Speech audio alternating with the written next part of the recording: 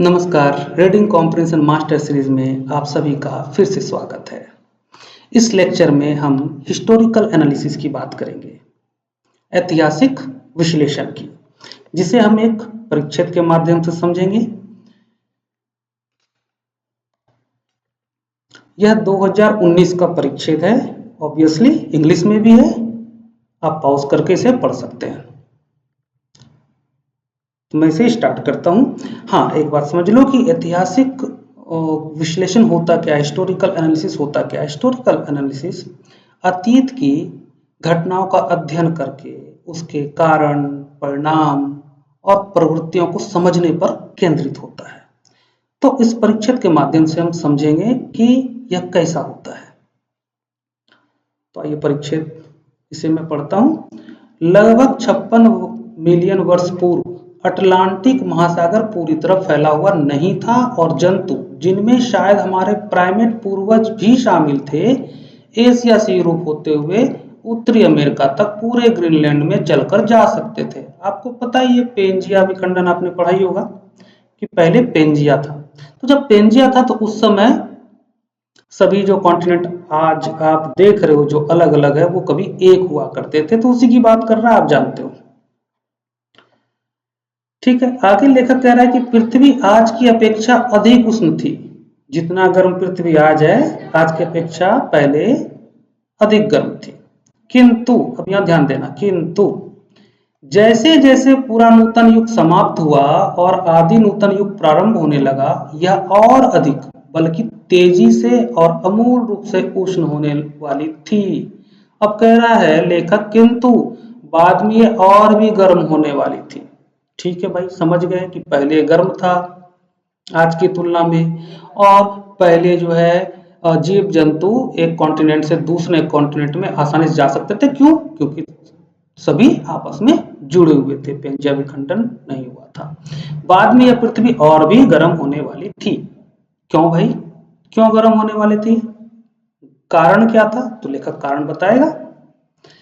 कारण था कार्बन का अति विशाल रूप से भूवैज्ञानिकतः अकस्मात निर्मुक्त होना।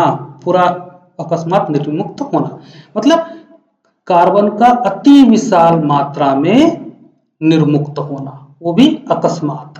तो आपको पता ही है कि कार्बन डाइऑक्साइड क्या करता है? ग्लोबल वार्मिंग का एक बहुत बड़ा कारण है, सबसे बड़ा कारण है। तो अगर एक विशाल मात्रा में कार्बन का उत्सर्जन होगा तो पृथ्वी पहले की तुलना में और गर्म तो हो ही जाएगी। यही बात लेकर कह रहा है। तो एक सिंपल घटना बता रहा है आपको, अतीत की घटना, और उसका वो कारण भी बता रहा है। आगे लेखक कह रहा है कि पूरा नूतन, आदि नूतन, उसमें महत्तम, पैलियोसीन इयोसीन थर्मल मैक्सिमम या पीईटीएम कही जाने वाली इस अवधि के दौरान वायुमंडल में उतना कार्बन अंतर्क्षिप्त हुआ जितना आज मनुष्य द्वारा पृथ्वी के कोयले, तेल और प्राकृतिक गैस के सारे भंडारों को जला देने पर अंतर्क्षिप्त होता। तो बहुत सारी बातें लिखी गई है, आपको कितना समझना है? आपको बस इतना समझना है। लेखक सिर्फ इतना बताने की कोशिश कर रहा है कि आप समझ सको कि कितनी मात्रा में कार्बन का उत्सर्जन हुआ होगा। तो आज से तुलना करके बस ये आपको बताना चाह रहा है कि कितनी विशाल मात्रा में कार्बन का उत्सर्जन हुआ होगा, बस इतनी सी बात है। आगे कह रहा लेखक, पीईटीएम लगभग 1.5 लाख वर्षों तक बनी रही, जब तक कि कार्बन की अतिशय मात्रा पुनः अवशोषित नहीं हो गई। 1.5 लाख वर्षों तक यह बनी रही। कब तक बनी रही?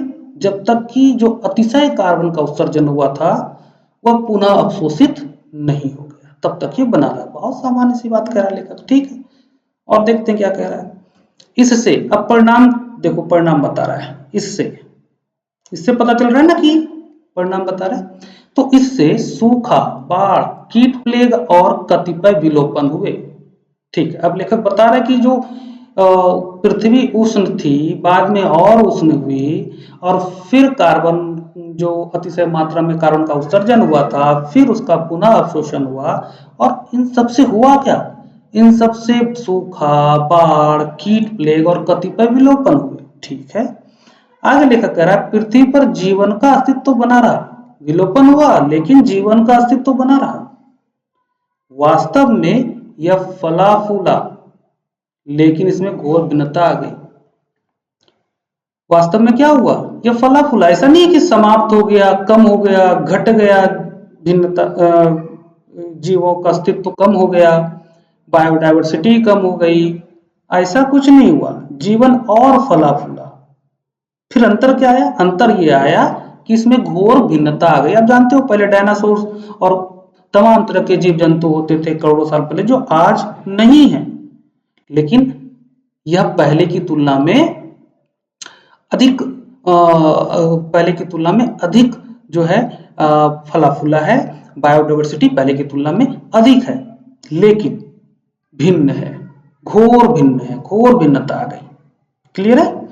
अब इसी परिच्छेद को, जो कि एक बड़ा परिच्छेद है, इसको हम कम शब्दों में समझ लेते हैं कि लेखक परिच्छेद में क्या कह रहा है।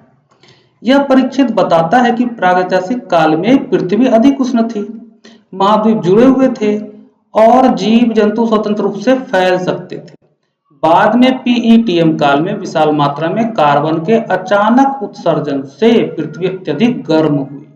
अचानक उत्सर्जन से, अब ये अचानक उत्सर्जन कैसे हुआ, किस कारण से हुआ, लेखक इसकी चर्चा नहीं कर रहा है, क्योंकि वो उसका मुद्दा नहीं है।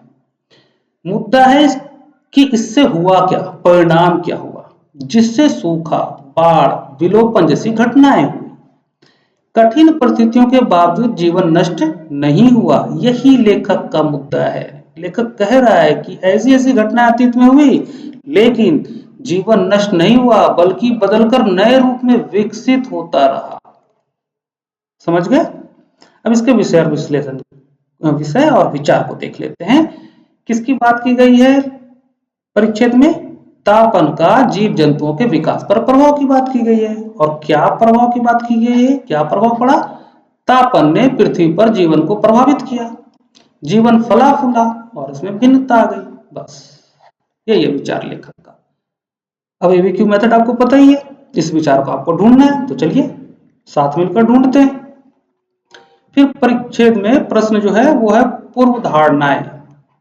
पूर्व धारणाएं मतलब एक भी हो सकता है, दो, ये भी हो सकता है, ये भी हो सकता है, ये भी हो सकता है, ये भी हो सकता है, ये चारों भी हो सकते हैं, कोई दो हो सकता है, तीन हो सकता है, या अकेला कोई हो सकता है। ठीक है, तो हमें देखनी पूर्व धारणा, यानी कि हमें विचार ही ढूंढना है लेखक का। लेखक का विचार आपको पता ही है कि तापन ने पृथ्वी पर जीवन को प्रभावित किया, जीवन फला फूला और इसमें भिन्नता आ गई। बस यही चीज आपको ढूंढनी है कि किस किस स्टेटमेंट में ये विचार है। तो पहला स्टेटमेंट देखते हैं, भूमंडलीय तापन का इस ग्रह के जैव विकास पर प्रभाव पड़ता है।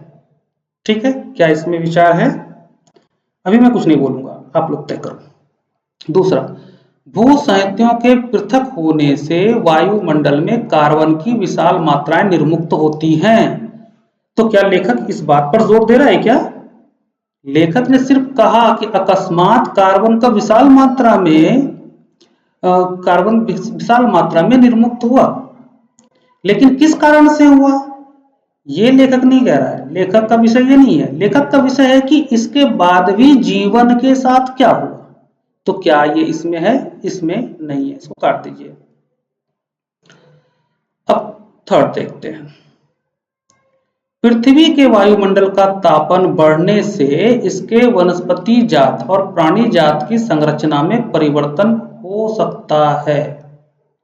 तो हमने क्या देखा परिच्छेद में कि पृथ्वी के वायुमंडल का तापन बढ़ने से इसके वनस्पति जात और प्राणी जात की संरचना में परिवर्तन हो सकता है। तो हमने देखा ना कि घोर भिन्नता आ गई, जीवन नष्ट नहीं हुआ, वो फला फूला, लेकिन घोर भिन्नता आ गई।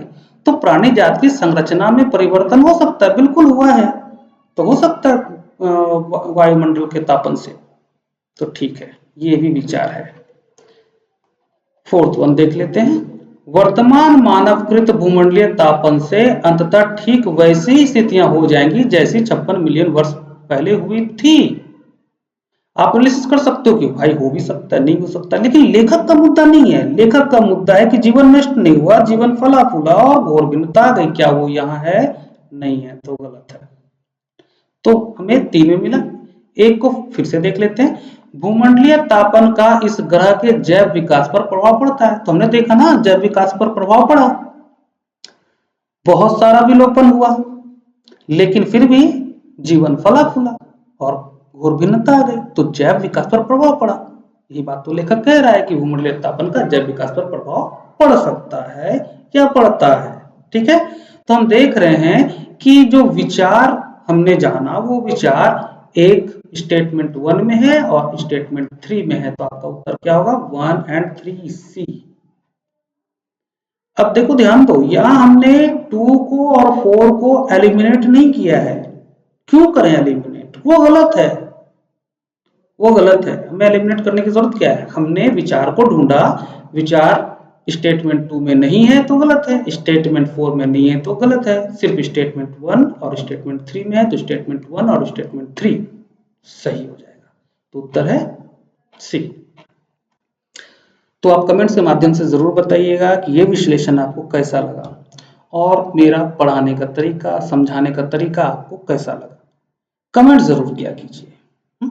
फिर मिलते हैं अगले वीडियो में, तब तक के लिए टेक केयर, बाय बाय।